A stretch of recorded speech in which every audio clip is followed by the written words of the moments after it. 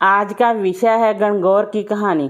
चैत्र माह का महीना आया। पार्वती को वावी के दापन के लिए पीहर जाना था तो महादेव जी बोले हम भी तुम्हारे साथ चलेंगे। तो ईश्वर गौरादेव नंदी को साथ लेकर निकले। महादेव जी नंदी पर बैठे और पार्वती जी पैदल चलने लगी तो लोग कहने लगे, देखो आदमी तो सवारी पर बैठा है और औरत को पैदल चला रहा है।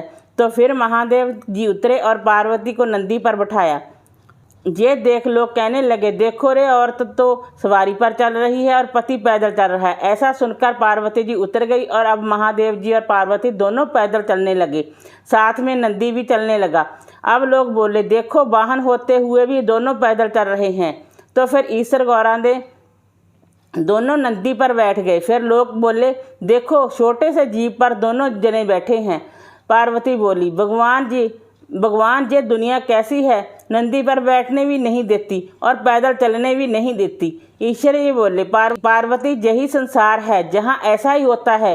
आगे गए तो एक गाय उठती बैठती बेचैन हो रही थी। गौरादेव पूछने लगे, भगवान ये गाय कष्ट में क्यों है? तो ईश्वर जी बोले, इसके बछड़ा होने वाला है। गौरादेव बोली, बच्चे के लिए इतना कष्ट मुझसे तो सहन नहीं होगा, मेरे तो गांठ दे दो। ईश्वर जी बोले, आगे चलो। आगे गए तो गौड़ी उठ बैठ करते हुए दिखी। गौरादेव बोली, इस गौड़ी को क्या कष्ट है? तो ईश्वर जी बोले, इसके बच्चा होने वाला है। गौरादेव बोली, मुझसे इतना कष्ट सहन नहीं होगा, आप मेरे तो गांठ दे दो। ईश्वर जी बोले, आगे चलो। आगे गए तो राजा की नगरी में उदासी छाई हुई थी, डोल नगाड़े उल्टे थे।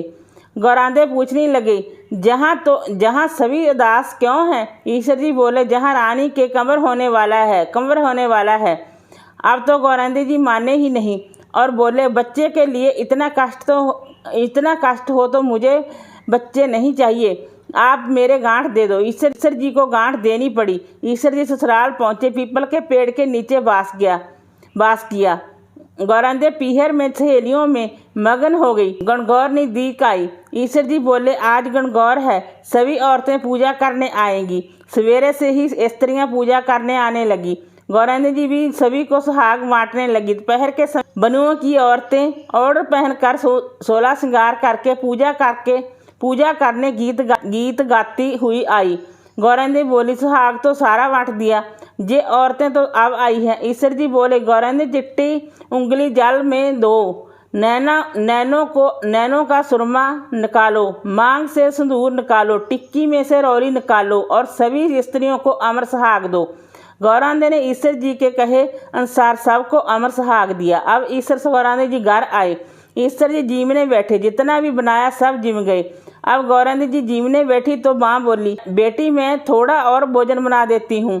तो बेटी बोली, माँ मैं तो बेटी हूँ, कुछ भी खा लूँगी। और गौरादेव जी ने जला बाटिया और बथुए की पिंडी खाकर लिया, लोटे पर पानी पी लिया। माँ ने सीख दी। वहाँ से निकलकर ईश्वर गौरादेव जी पीपल के नीचे आए।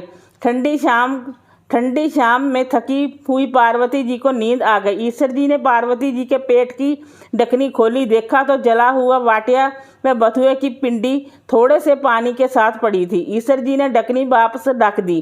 पार्वती जी जागे तो ईश्वर जी ने पूछा, गौरादेव क्या क्या जीमा? गौरादेव बोली, ईश्वर जी बोले, देखो गौरादेव, तुम्हारे पेट में जला बाटिया व बथुआ की पिंडी के अलावा थोड़ा सा जल है। गौरादेव बहुत नाराज हुई और बोली, देखो भगवान, आज तो आपने मेरे पेट की ढकनी खोली, ऐसा जगत के साथ मत करना। पीहर की बात ससुराल में और ससुराल की बात पीहर में नहीं करनी चाहिए। पार्वती इतना बोली और फिर ईश्वर जी और गौरादेव वापस कैलाश पर्वत के लिए रवाना हुए। आगे देखा तो राजा के जहाँ शहनाइयाँ बज रही हैं, प्रजा खुशियाँ मना रही है, रानी भी बहुत खुश है। गौरादेव बोली, कुंवर होने पर इतनी खुशी होती है, आप तो कृपा करके मेरी गांठ वापस खोल दो। ईश्वर जी बोले, मैंने पहले ही कहा था मेरी गांठ खोलने नहीं खुलेगी।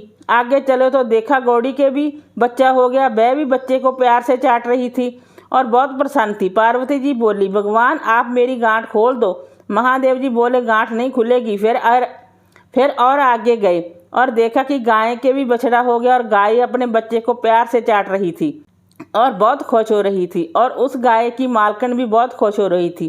पार्वती जी सोची कि जब जानवरों को अपने बच्चों की इतनी मांग है तो मानव की तो बात ही क्या है। और ईश्वर जी से बोली, मेरी गांठ खोलो, नहीं तो मैं जहां एक कदम भी आगे नहीं चलूँगी। पर ईश्वर जी बोले, अब कुछ नहीं हो सकता। थोड़े दिन बीते और पार्वती जी ने अपने मैल का पिंड बनाया और उसमें प्राण फूके। उस बालक को रखवाली रख के पार्वती जी स्नान को गई। भगवान आए, अंदर जाने लगे, लेकिन बालक ने अंदर नहीं जाने दिया। तो भगवान ने पूछा, तुम कौन हो? बालक बोले, मैं पार्वती पुत्र हूँ। भगवान ने सोचा, ये पुत्र कहाँ से आया, और त्रिशूल से उस बालक का गला काट दिया। माँ पार्वती आई और देखा और भगवान से कहा, मेरे पुत्र को जीवित करो। तो शिवजी भोलेनाथ ने गणों को भेजा कि जो कोई स्त्री अपने पुत्र से विमुख होकर पीठ दिखाकर सो रही हो, उसी बच्चे का सिर काट कर ले आओ। गण सभी जगह घूमते घूमते जंगल में पहुँचे, जहाँ एक हथनी अपने बच्चे से विमुख होकर सो रही थी। गण उसका सिर काट लाए। भगवान ने उस सिर को बालक के शरीर पर जोड़ दिया, अमृत का छींटा दिया और बोले, दुनिया में सबसे पहले गौरी पुत्र गणेश की पूजा होगी, बाद में दूसरे देवी देवता की पूजा होगी। खोटी रे खरी, अधूरी रे पूरी। हे गणगौर माता, हम सबको अमर सुहाग देना। वीडियो अच्छी लगी हो तो लाइक कीजिए, शेयर कीजिए, सब्सक्राइब कीजिए। Thanks for watching this video.